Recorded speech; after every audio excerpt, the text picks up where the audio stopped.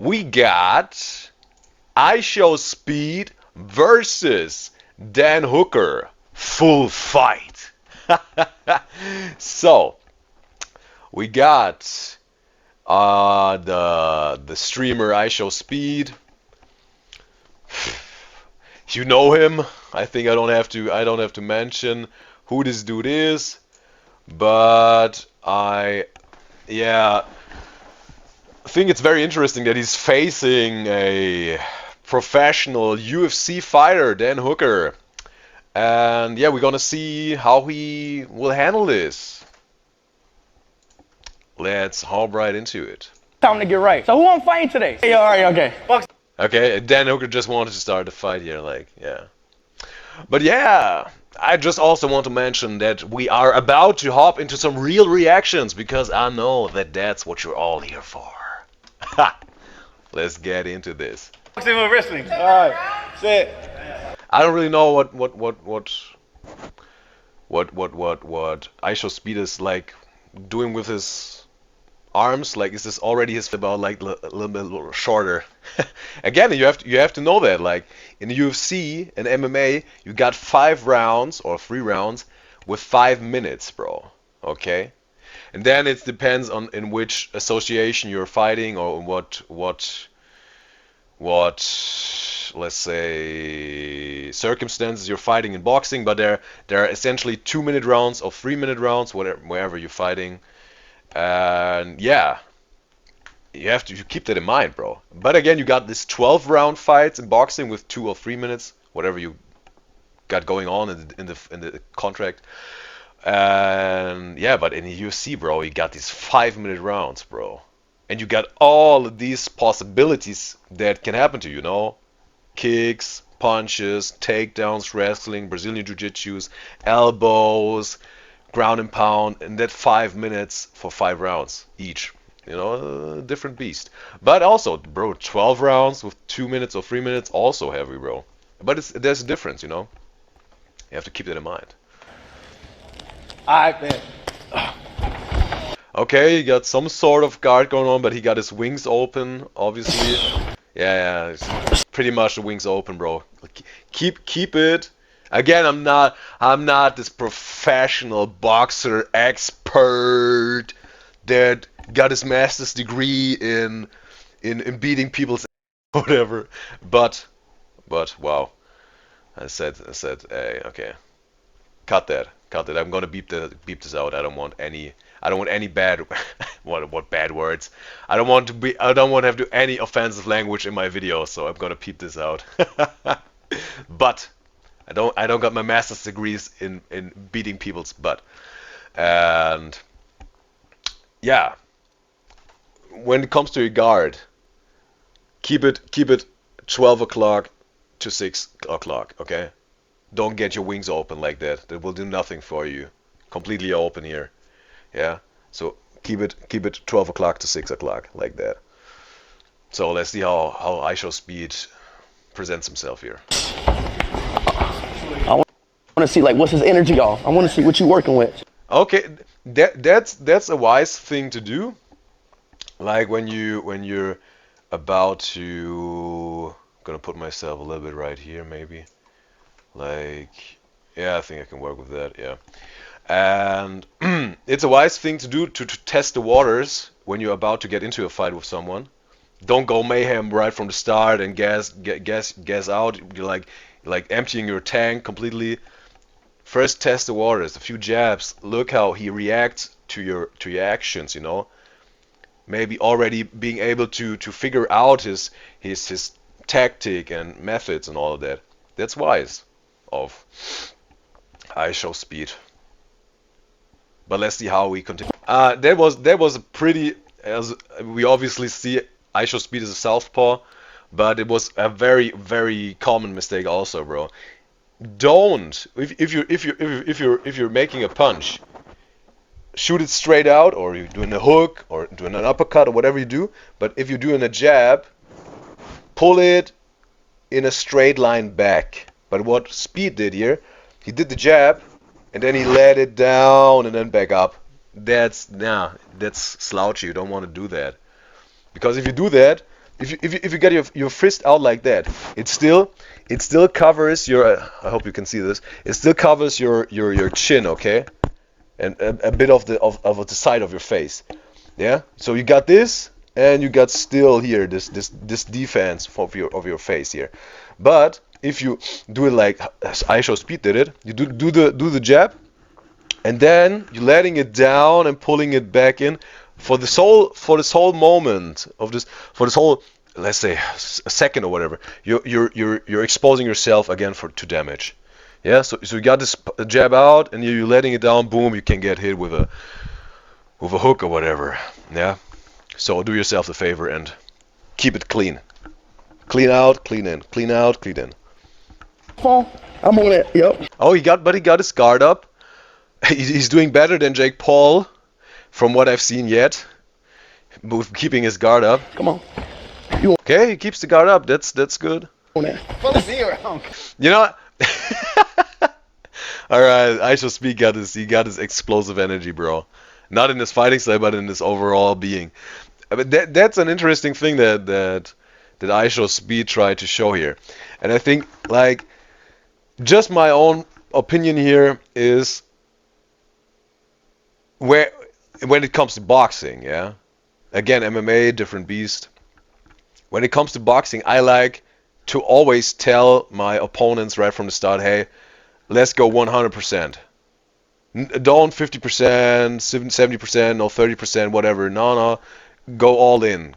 Don't hold back 100%. Because, and I'm saying that because most people, if you go to a regular boxing gym, okay, most of the people there can't really keep the 50%. They can keep the 30%. They can't keep the 70%, because most of the time these people, they say, okay, let's do 50% sparring here. You start with 50%, but then maybe you're giving him a jab or a rear hand or a hook or whatever punch, and he eats this punch, and all of a sudden he gets into his feelings because he got hit, and all of a sudden he goes from 50% to 70%, yeah, and because he gets angry, and he's putting more percentage in here and going wilder. Obviously you have to match this energy. Yeah, you have to match the percentage, not his energy, not his uncontrolled energy, but the percentage here. You shouldn't keep 50% while he's at 70% in a sparring session. Obviously you go also up 70%, and again you're at the 70% now, and then you hit him with another jab or another punch, whatever you're doing. He gets angry again because he got hit into his feelings, and all of a sudden he goes 100% and completely rampage and completely uncontrolled and wild, and swings at you and is completely angry and whatever. And you also have to go up 100%, and then maybe you knock him out because you went 100% or whatever. And he was completely ungrounded and uncontrolled in his fighting. And boom, all of a sudden you knock this dude down onto his butt, and then he's like all of a sudden also butthurt, like, bro, what are you doing, yeah? Why are you knocking me down, bro? We said 50%. What's wrong with you, man? And he's getting all in his feelings and more angry, and also then blaming you. But bro, then you have to say, bro, we said 50%, but all of a sudden you weren't able to take a punch here. And you went 70%, so I also had to get on 70%. You ate another punch, and then you got all over the place, got all angry, and you went 100% and wild and swinging around. I also had to do 100%, and then I knocked you down. Yeah? You stepped up the percentage, even though we said we keep it 50%. Maybe this dude isn't having it, whatever, and then he gets angry and mad at you. Maybe you got a new enemy for life or whatever. And he wants to do whatever with you, you know. Maybe after the gym, getting 5 of his buddies and trying to beat you up or whatever, you know. That's why I'm saying, when I do my sparring sessions, I say, bro, 100%, right from the start, don't hold back, give everything. I'm gonna also go 100%, because then there is not this misunderstanding of, hey bro, we said 50%, you go 100%, like you're such a treacherous dude, bro. Yeah, trying to start off light and then all of a sudden you're trying to sucker punch me with 100%. No, we ain't gonna do that, okay? At least I'm not gonna do that. And I don't recommend you doing that because, again, if you got a skilled fighter, a professional fighter or whatever, they can keep the 50% because they don't get into their feelings if they eat a punch, you know? If it doesn't go their way. They keep cool, they keep grounded in their dominance, okay? If they got a grounded dominance to begin with. And with those type of fighters, you can do that, you know? This 50% thing or whatever. They're able to. Because if you get into your feelings, if you eat a punch as a fighter in a sparring session or professional fight or in the street or whatever, and you get into your feelings, you're obviously a bad fighter, and you will eat punches and you will get punished for it because you get uncontrolled, you get bad defense. Maybe you're throwing wild swingers, whatever, and doing everything wrong. So if you're a good skilled fighter, you keep your composure even though you're eating punches or whatever. Yeah. But again, this is just about boxing.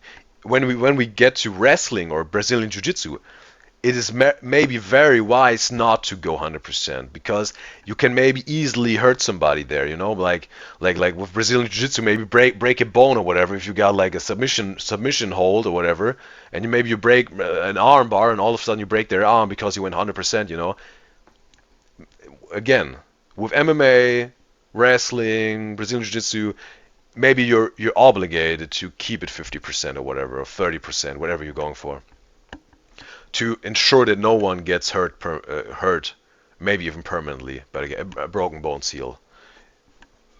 In the best case, how they wear.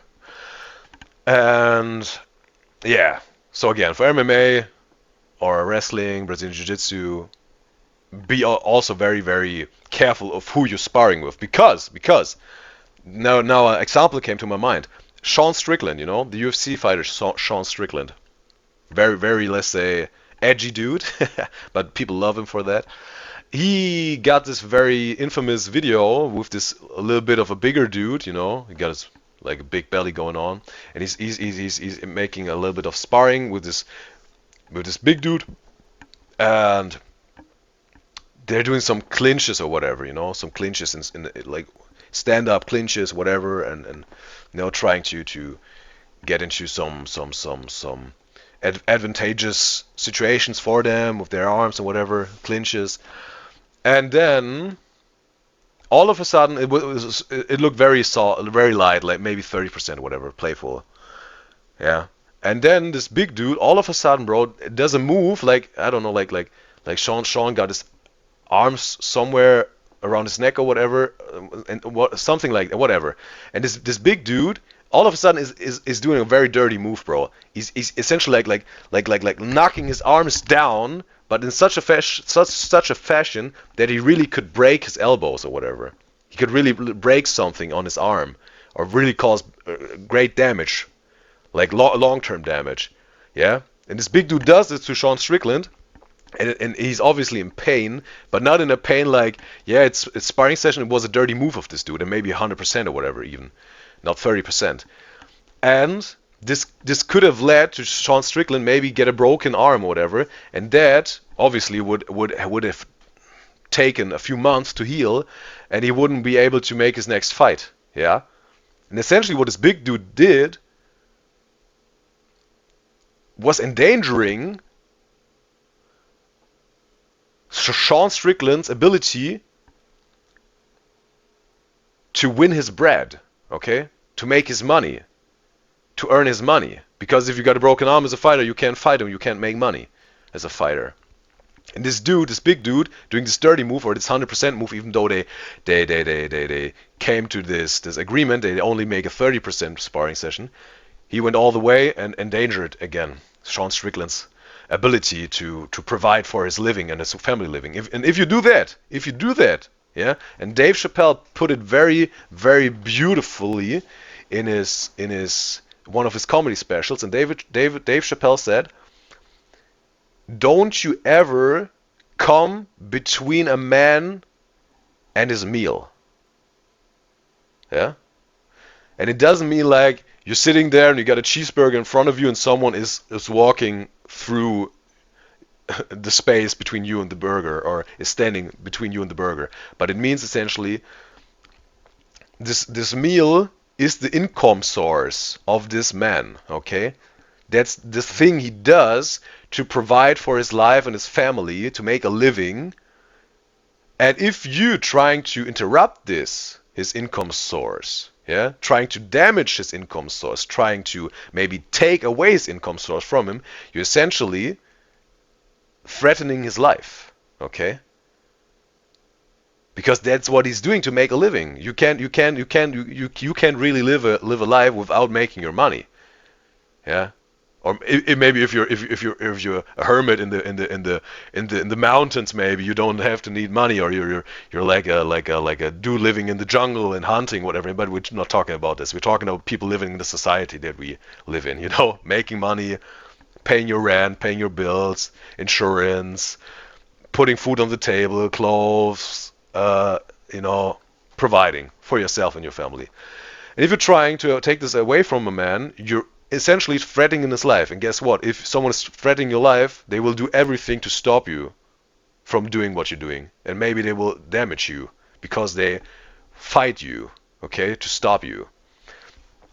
And Dave Chappelle then talked about this. He told this little anecdote of this dude that had this street game going on with this free cards, and you know, and the people trying to pick the right card and betting money on it, and then all of a sudden it was the wrong card and they lost their money. Whatever. Watch this. Dave Chappelle, don't get between a man and his meal, something like that.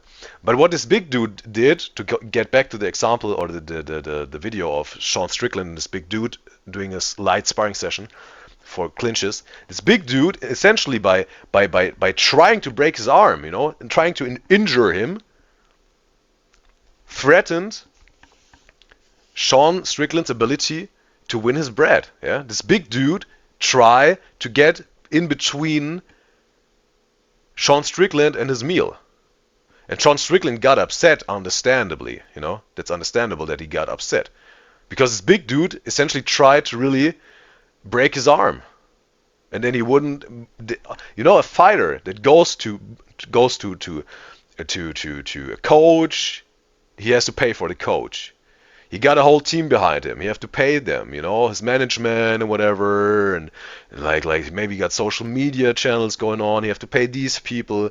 Maybe his lawyer. Maybe he got a deal going on with his lawyer for every case or whatever, just for security if something comes up, and his nutrition, and yeah, insurance, and yeah, going to a training camp and all this stuff. That's a whole lot of money you're putting in there. Yeah, and then if you're not able to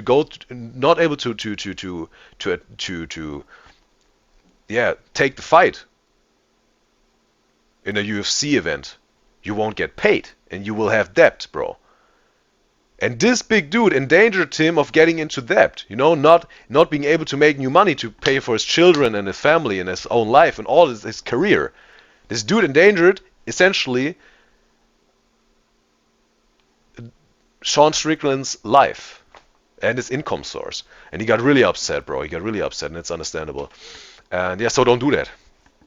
Don't try to get in between a man and his meal, or you will, yeah, experience damage to yourself. Maybe even get killed, okay, if it goes real bad. So yeah, keep that in mind. Okay, I don't know really what now. Are they still doing boxing, or is it now like MMA? Because if it's boxing, it's awful what IShowSpeed is doing there, bro. Because I don't know even what this is, bro.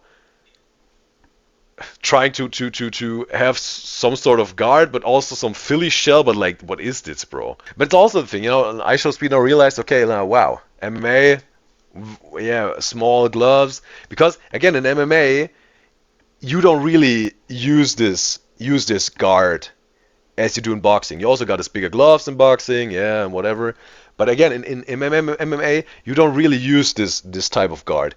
You again, maybe you have your arms more down here. There's some sort of Conor McGregor thing going on, because that's like the opportunity for you and the chance for you to intercept and deal with every situation that you're getting into with your opponent, because again you get all of these from top to bottom of your body, these, let's say, dangers that your opponent can present to you.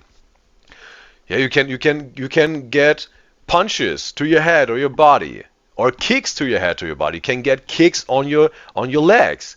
You can get takedowns, and all of this stuff in a stand-up fight. So if you got your hands lower, you may be able to sprawl if he is trying to make a takedown attempt, because if you got your arms up here, there are, even if it's just a second or whatever, the second can be very, very important to block this takedown attempt from your opponent, okay? And then it's, let's say, justified that you got your guard somewhere down here or whatever, or you're switching between these different type of arm positions in an MMA fight, because there are so many possibilities that you can get, let's say, punched or kicked or taken down. But you also you yourself got all these opportunities, because if you got your arms up here and then you're trying to go for a takedown, again, there's just a second, but these seconds are very important. You get your arms down and want to get into a takedown, your opponent will be able to you're telegraphing it to your opponent. They will read you. But you got your arms on there, it can go directly into this, and you can go directly into the guard. That's why in MMA is, I think, maybe smarter to keep your arms somewhere where you are prepared for every situation. You're prepared in the best way. And boxing is a little simpler when it comes to that, It's more simple.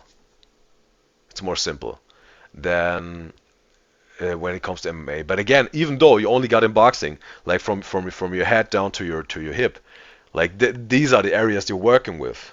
Still, and you only got these 8 punches or whatever. These 8 basic punches, like the jab, the rear hand, the hook to the face, left and right, the hook to the body, left and right, and uppercut left, uppercut right. Like these are the basic 8 punches you got. Maybe people got some more special punches going on, whatever.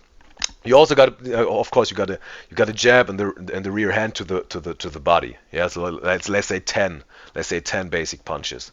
But if you really let's say distill it down, it's jab, rear hand, left hook, right hook, uppercut left, uppercut right, like 6 basic punches, and then different areas and all that. And also some people that then maybe customize these punches a little bit. Maybe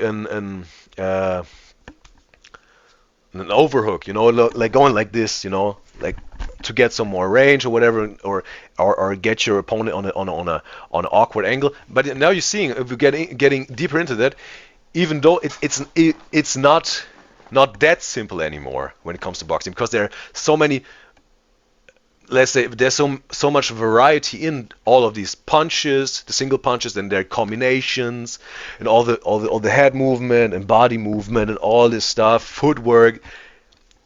It seems simple, but it's not as simple as most people think it is. Yeah.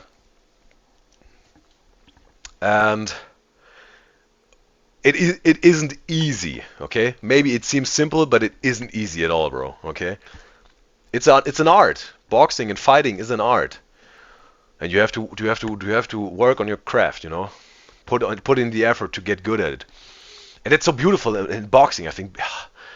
Boxing is so beautiful. I really like to see it as dancing with somebody and at the same time trying to punch them. That's how I see boxing. I think it's beautiful, bro. And yeah, I really do love boxing, the activity of boxing, boxing myself. But I do enjoy more watching MMA, because again, MMA is like, wow, bro, the tables can turn in every single moment. And I also talked about this in another talk of mine. check it out if you like to. I think it was a reaction of about Jake Paul versus Mike Tyson or whatever. Check it out if you like to. Got a whole lot of stuff on my YouTube channel. Look the playlist, Udyzyz reactions or Udyzyz talks. But yeah, let's continue. I can't do UFC. Okay, now Speed decided to get into the right position of his arms. Yeah, guard again. His footwork, you can't really see that. You can't really see that. What I don't like here is, and Dan Hooker himself is doing that, but obviously he's an MMA fighter. Maybe an MMA that's desirable to get in this let's say leg position, because maybe for kicks or whatever. But maybe he got this in his fighting style. Not trying to analyze Dan Hooker, because again he's a professional fighter, he's doing something right here. But again, you also have to check professional fighters again. But now let's say, looking at IShowSpeed, that's not really. Look at this, bro. In a boxing fight, that really doesn't do you a favor, because he's very, let's say, there's not this mobility in his legs, you know. Like his leg in the back is just pointing somewhere completely different, and then his foot right here again. Like how you would do it in a good way is his front foot again. Not the boxing scientist here, just my own experiences as the boxing that I've experienced in my life, and how I think it's a good approach to go into a boxing situation and fight. You want to, and I think that keep it simple is very effective, you know, keeping it simple again, but then spicing it up with your own fight IQ and all of that. That's important. But yeah, sticking to the simple things, and then putting some special things of your own fighting style into it is good, in my opinion. So it would be more, let's say, an advantage for IShowSpeed if he would point his front foot towards his opponent, and his back foot just about let's say a 45-degree angle. You know, let's say these are your feet, okay? You're in this stance, and you're just standing straight. These are your feet. That's your front foot. That's your front leg. And what you're doing is you're putting your back leg, your back foot at a 45-degree angle, and then one step back. Yeah, and that's how you want to point your back foot, and that's how you want to point your front foot, facing your opponent, back foot, 45-degree angle with one step back. You will have the most balance and the most, let's say, freedom to move with this. Yeah, because again, if your back foot is like somewhere there, and your front foot it's all messed up, you're very stiff and you can't really move. And matter of fact, you're a little bit off balance, because now let's say how he's standing here. Let's say Dan Hooker would throw a very heavy hook on him, maybe on his guard even. What will happen? Maybe IShowSpeed will fall backwards, because again, where's the stability here? There's no stability here. He would just boom, maybe fall back, because he got no balance. But if he would have had his front foot here, back foot, 45-degree angle, put out, and one step back, he would be able, if he got this punch from this situation here, yeah, here's your guard and here's your back foot. If this hook comes in, you're still able to let's say receive it, but stay strong in your position. Yeah, because you got this certain angle to your legs, and that's why I think this stance is very disadvantageous for a boxing fight. Yeah, but again, if we look at Dan Hooker here, He got more of a Muay Thai thing maybe going on here. Yeah, it is closer. It is closer to this boxing stance. Yeah, some people also like to maybe get their legs a little bit wider or closer together. Whatever it's about. Yeah, what works for you the best. Okay, what works for you the best. Do that. At the end of the day, that is what counts. Do what works for you the best. But yeah, again, I think Dan Hooker obviously is an MMA fighter, and he's keeping his opportunities to also maybe, yeah, get some kicks in or whatever, you know. So that's that. Now what's that, bro? What's that? All right. He's doing the guard thing right, but then all of a sudden, IShowSpeed thinks again he has to be Floyd Mayweather. Philly shell for no reason here. Again, he's doing Philly shell for no reason. Philly shell, what, bro? No, you're not Floyd Mayweather, bro. Keep up. You don't even know what that was, bro. These half-butted jabs. Okay, this is also something you can do, like closing your guard, but don't do that all the time, because again, if you hold it all the time like that, you're open for, let's say, side hooks maybe onto your jaw or whatever, your temple maybe even. Yeah. Again, you can, yeah, only do these when straight punches are coming at you, okay? Or maybe an uppercut is coming. Then you close it, and then again open it up again. Default is this. That's your default guard. Jab or rear hand is coming in, okay, close it, up again. Uppercut is coming, you see it, bam, close it, cool. But don't do this all the time, okay? So yeah.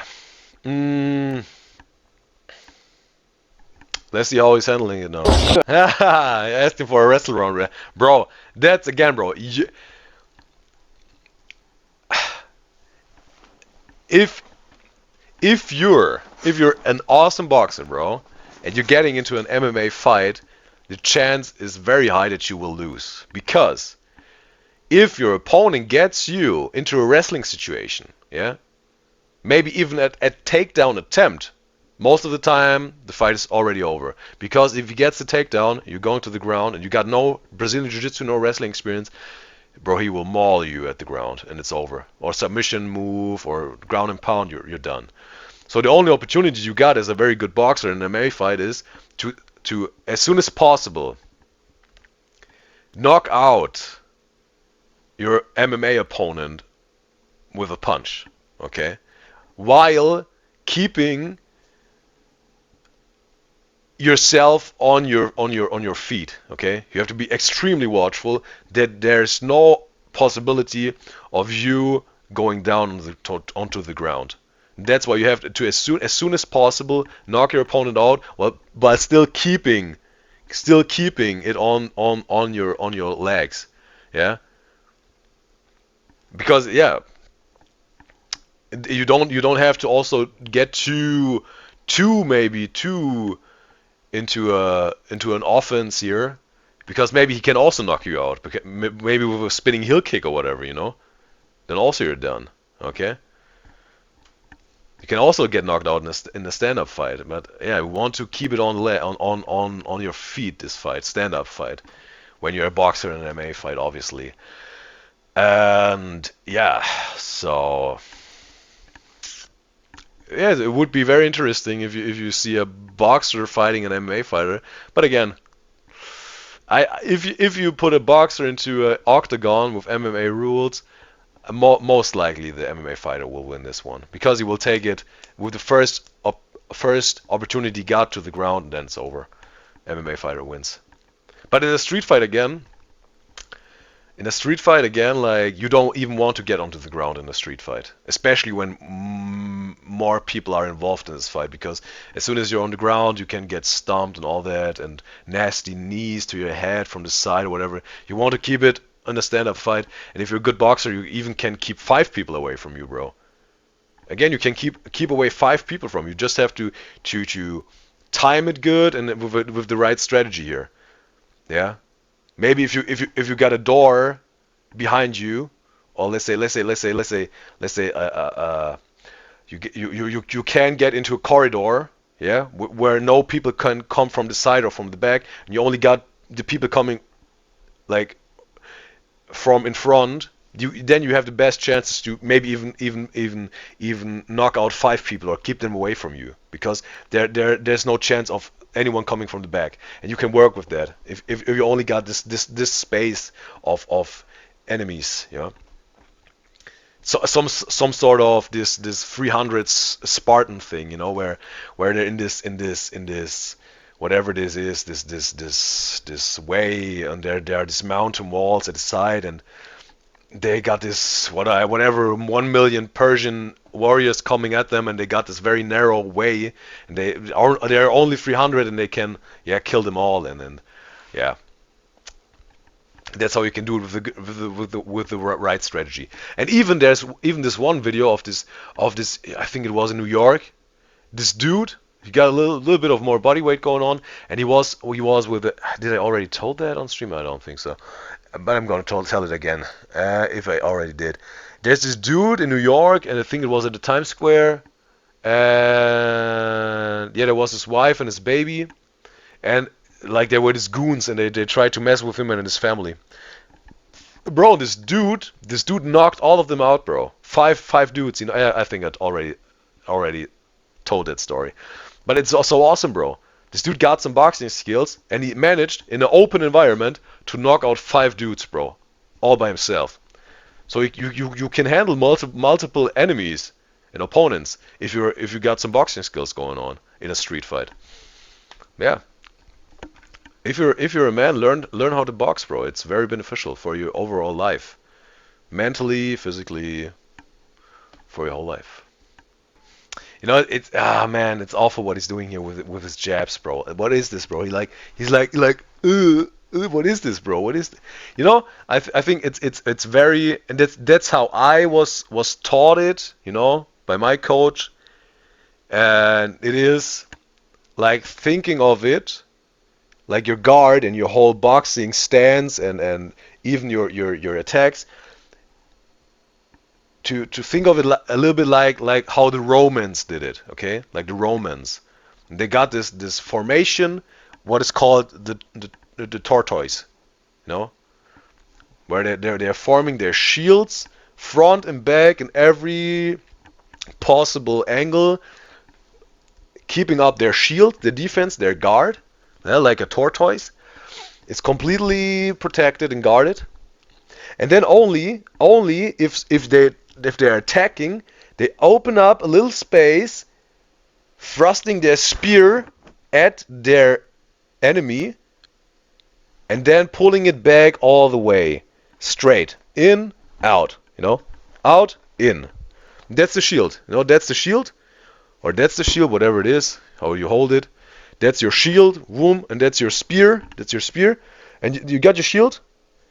And even though you're holding your shield still, but again, maybe it's a little bit open. But to make the point here, you got your guard, spear out, spear in. You know, spear out, spear in. Even though you're holding the guard all the time, the whole tortoise shell is still the armor is still completely covering all places.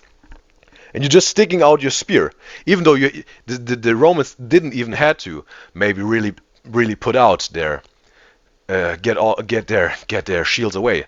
They got their spears behind the shield. There's the spear, and they just, you know, they're thrusting with their spears through the little space in between their shields, you know. And they got their spears, and then bow, bow, bow. Can attack through that, all out of their shield, out of their guard, and that's how you're doing it. Also in boxing, yeah. Think of it like a tortoise armor you got going on, protected at all times, and then bow, spear out, spear in, spear out, spear in, out in, out in, out in. That's I think the superior way to keeping it safe, yourself safe, damaging your opponent, hitting him. And yeah, there's even, I think, in the movie Risen, I didn't saw this movie, but it's essentially, I just saw a scene here there where there are the Romans fighting against Jews, I think, and they got this tortoise formation, and there all of arrows and stones are thrown at them and shot at them. They got a tortoise formation, and they can move forward. They can get into the space of their enemy, yeah, by moving forward, keeping up the guard as a tortoise formation. Get closer, and then they're somehow up on a wall or whatever, a little bit on a wall. And then they're forming this ramp for all the other soldiers to run up to this wall, whatever. But one of the soldiers, what he's doing, he got a shield and he got a sword, and then he did the shield a little bit to the side, and then he got a sword, and he stabbed it into the leg of this one enemy. Yeah, and that's what you're doing, okay? Essentially. Also, again, you can keep the guard completely closed, and you just have the spear. You know, you just have the spear, and then you don't even have to open up your guard like this, and you keep your guard even with a well-placed punch. You know, you're not seeing really my face being exposed here. You know, because again, you got your face and maybe even your temple covered with a good placed punch, good executed punch. Yeah, bam. It's all safe. It's all covered. It's all in the green, healthy, protected zone. Yeah, if you do it right, keeping your guard and your execution of your punches clean and good and stable and, let's say, clever. Yeah, do it like the Romans. Tortoise formation in boxing. I don't really know what Speed is doing there, bro. Ooh, again. Ooh, he landed another punch directly into Dan's face, bro. Maybe he will now get punished by Dan for that. Right, all the time you're trying to put my ski mask the right way, bro. It's a little bit on my mustache. Yeah. I think that will do it. He's showing some speed here in his head movements and body movements. Don't you also do that, bro? What is this dude doing here? Look what this dude is doing. He's essentially looking down to the ground in a fight. That's an awful position you're putting yourself into here, because as you're looking down to the floor here, all your opponent has to do is give an uppercut. Just an uppercut right into your face. Your whole face will be broken. Broken nose. You will bleed all out of your face, bro. You can go to the ER right away. Get your nose fixed or whatever. Don't look down in a fight. Don't turn your back to your opponent in a fight. Always keep your eyes at your opponent. You don't have to look them into the eyes or whatever.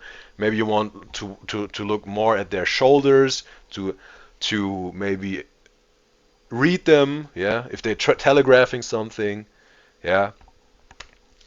But just look at your opponent and try to read them, analyze them, keep them in your focus, okay? What they're doing, what they're about to do. Don't look down. You will get knocked out, broken nose, uppercut. You're done. Don't turn your back towards your enemy. Also, very nasty punches can come at you, and you're out. Keep your eyes on your opponent. IShowSpeed, bro. This dude really do look like the older brother of Mike Perry, bro. You saw again, like, what happens if you what IShowSpeed is doing here very often is, like, you know, you're here in your stance, okay, and what he's doing is he's always leaning back. You can lean back if a punch is coming and you don't want to intercept it with your guard. You can just avoid it, yeah. You just can dodge it by that.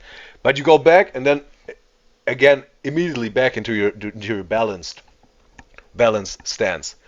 But if you're always back there and it's this like this, I don't know what Speed is doing there, always staying back there, you can get caught off balance real quick, and then you maybe stumble backwards, trip backwards. What happened there? Also very bad to do. And also you don't want to be too close here, you know, like you want to, again, stay in the gold middle, bro, how I like to call it, or some people like to call it perfect balance. But it's also with this, stay in the gold middle in your very, very, let's say, stable stance, and only if there's a situation that requires maybe you like weaving back and then back into your middle stable stance. And maybe if you're taunting a little bit, maybe you go a little bit forward, like taunting, huh? Think you can punch me? Then he goes for a punch, and you maybe duck under it or whatever, or go back, and then bam, you punish him for that, biting your bait or whatever. But most of the time you also don't want to get forward, because again you're closing the range of your opponent. He can catch you easier with a punch, you know.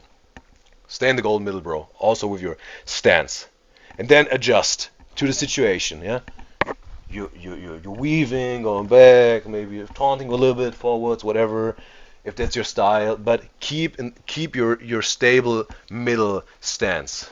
Okay, now IShowSpeed is wondering, bro, how can I protect my body here? Because again, okay, now he even didn't got the regular guard up, but let's say he got it.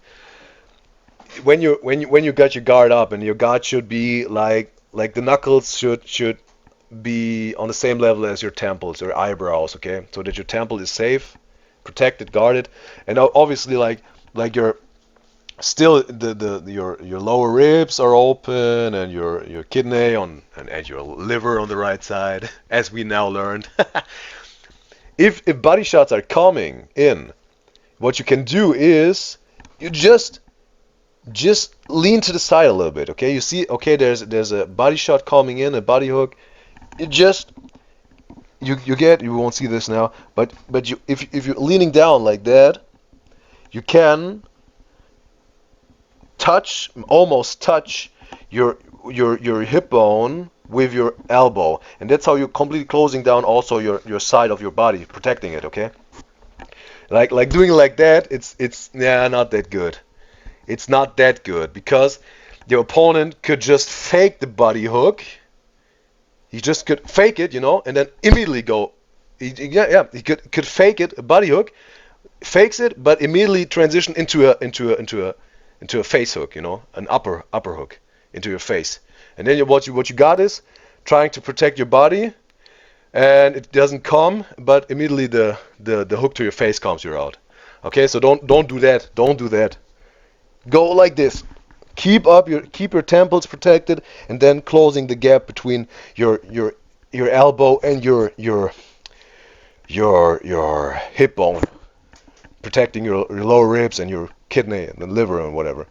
Yeah, that's how you do it to keep, let's say, the overall tortoise formation guard effectiveness. Yeah. Win. Boxing. Yeah. Skills you got on here. Boxing is fun. True. Yeah, like it would be interesting to see. Oh, one of my lights went out. Oh man. It would be interesting to see. I thought that would be more durable here from the time. It would be very interesting to see. Maybe let me see if I can. Yeah, I can get it.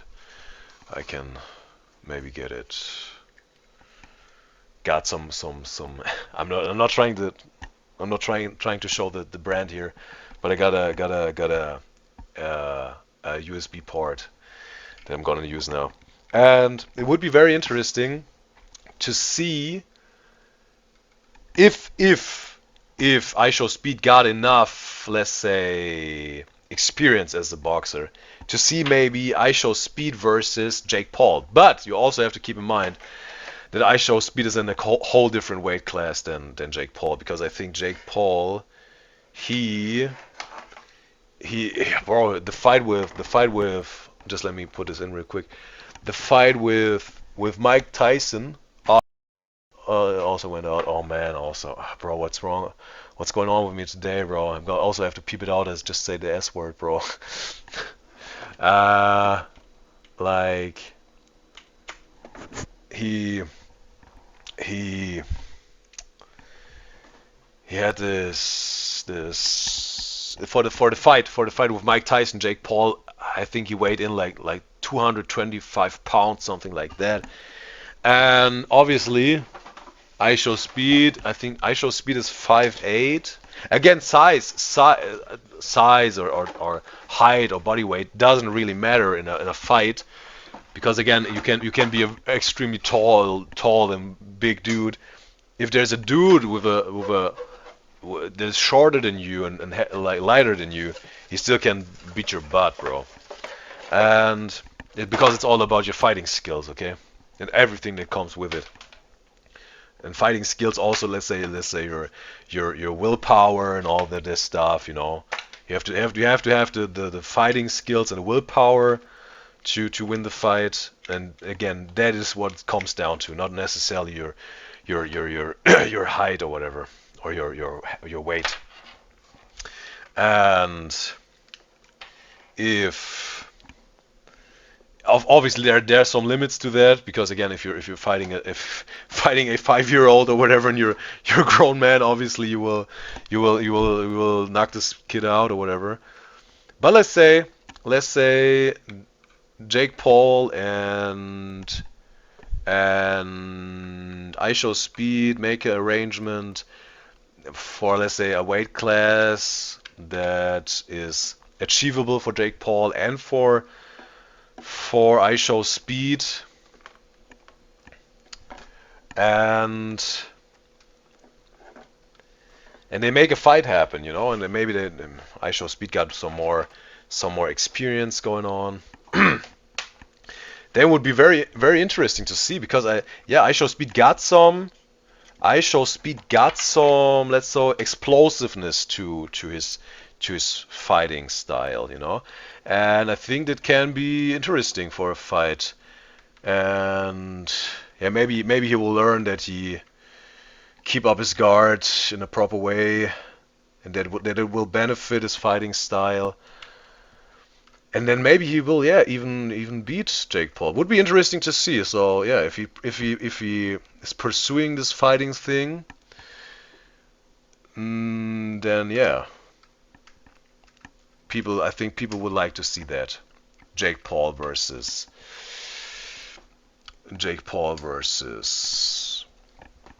IShowSpeed. So let's get this in place here. Okay, we're good again. All right.